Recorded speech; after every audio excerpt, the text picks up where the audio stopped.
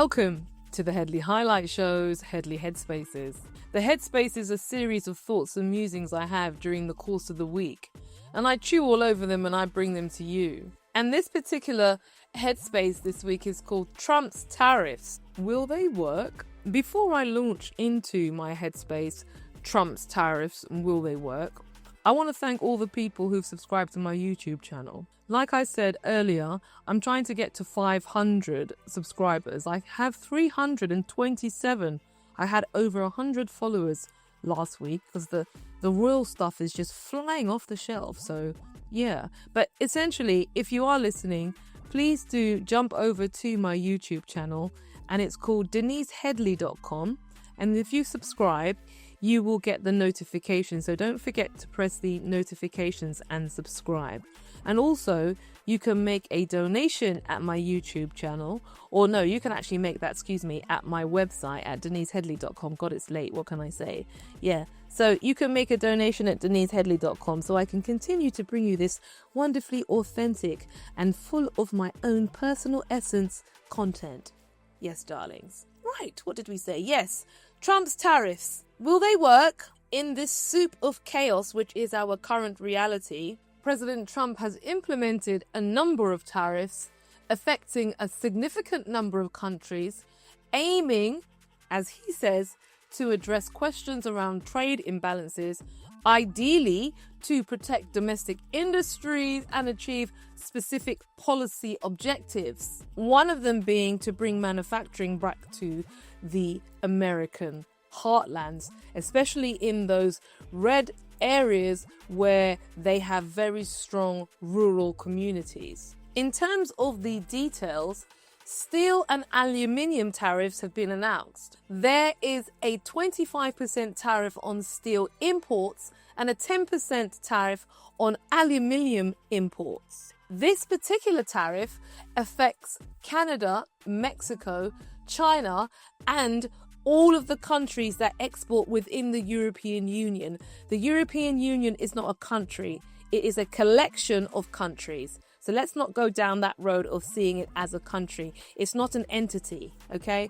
You know, Ursula von der Leyen was not elected by anyone. Neither was any of none of those technocrats. Denise, don't rush off onto a tangent. The rationale behind this one, according to the Trump administration, is to protect US national security by supporting domestic steel and aluminium industries, which are vital for defense and infrastructure. So basically, they want to shore up their own domestic infrastructure and production of particular types of steel. So that's why they're doing that. But the question is it going to achieve that?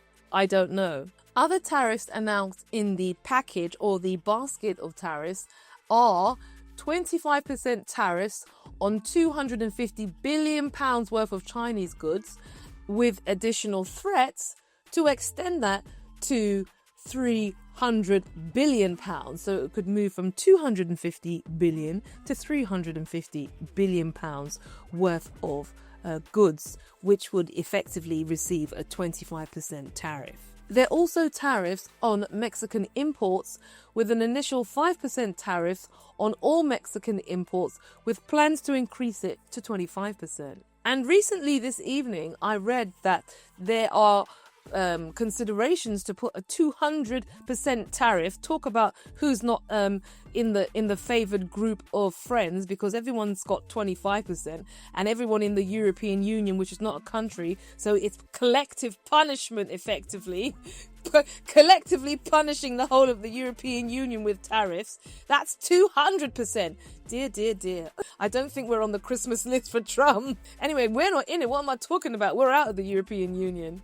But essentially, you can see the disparity with the level of tariffs leveled at the European Union as opposed to being leveled at Canada. And incidentally, I just read that Mr. Trump said if Canada decides to join and become I think it's the 54th state, excuse me if it's not the 54th, but essentially if they join and become a state, there'll be no tariffs, because what can you say? There's no tariffs within internal borders if Canada became subsumed within the United States of America. And just as a correction, the 200% tariff is on alcoholic beverages. So that's going to be like wine and drinks, not on everything, but definitely on those two, that item there. So anything that's coming from the European Union in terms of, what about Irish whiskey? What about your, your Chardonnay, your Cava, your Merlot, your Rioja coming from Spain?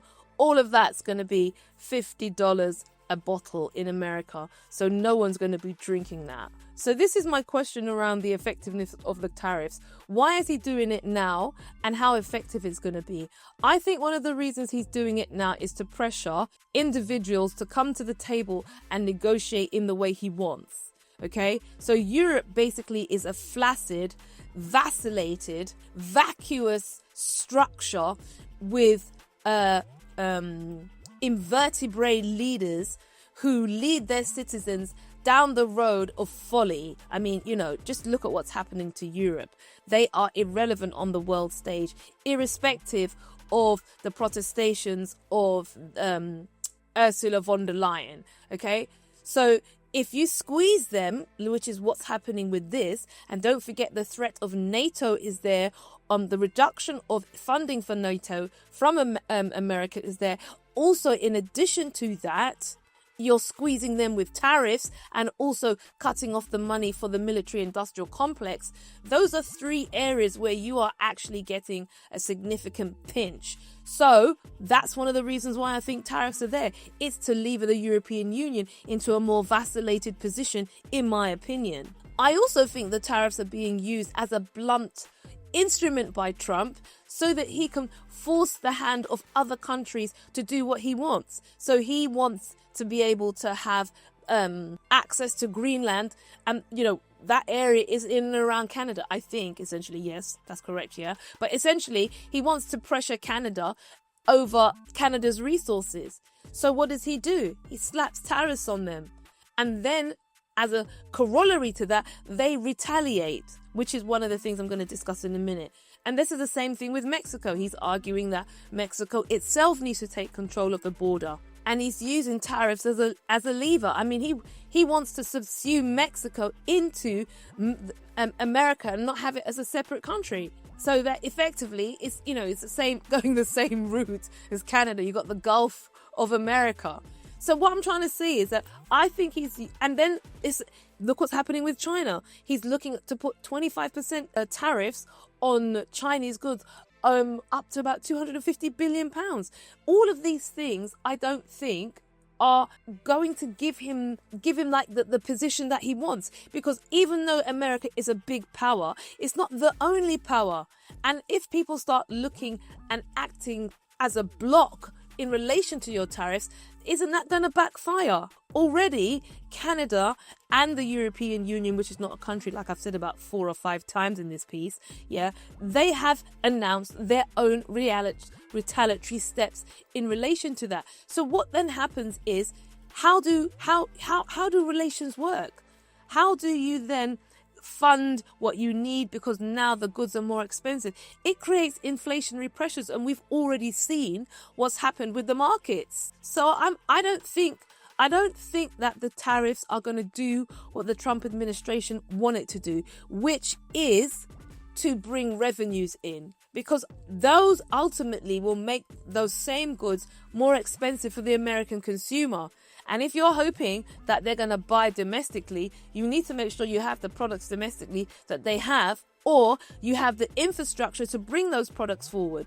So you need to have, both elements in place. And at the moment, all I can see is the squeezing of the partnerships out externally between China, Canada, Mexico, and those trade relationships. So will they work? I don't know. Why is Trump doing it? I think for leverage in the Ukraine and also in America's position, because America is downsizing. I keep arguing this. It's not a renaissance. It's a downsizing. Okay? They're downsizing and they're focusing on the things that they can focus on within they're focusing on the things that they can focus on in their smaller sphere of influence, because that's the nature of the world. It's changing. It's now spheres of influence. Unipolarity, the great power, one singular power, that doesn't work anymore. The world is not in that space. It's the spheres of influence. And America wants to control its sphere of influence, so it's consolidating the landmass around that. And that includes the Gulf of Mexico and Canada. So that's my 2 pence on it. And I think he's using these tariffs as a way to lever the European Union into coming to the table in the way he wants over the Ukraine war.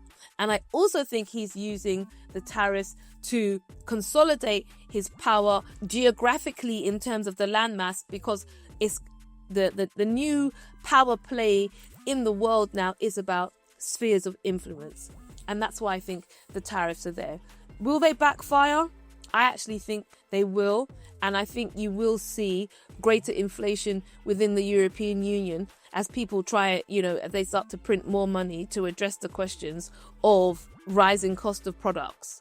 So I think it's going to create inflationary pressures. Will there be a recession? Well, for the vast majority of the European Union, okay, there is no upside. People have been living in recessions since 2008. The recovery hasn't come unless, of course, your name is Rishi Sunak, or you got a PPE contract, or you rinsed out your government with the bounce back loans. So how about no? Well, I think this has gone on long enough now. So I've answered my own questions. Will the tariffs work? I don't think so. Will they make Mr. Trump more unpopular? Absolutely. I think it's a long-term gamble, and it's going to have economic repercussions. It already has. So we'll just have to wait and see. What's your thoughts, your 2 pence, your 3 cities, or your declining dollar price? Let me know. Jump up. Don't be shy. Don't forget you can make a donation at DeniseHeadley.com, and you can jump up into my YouTube, because right about now, I have got 327 subscribers, and I want to get to 500. And then after that, 1,000. Why not? So do your best, retweet, like and share, and do come back next week. And thank you for listening as well. And cut.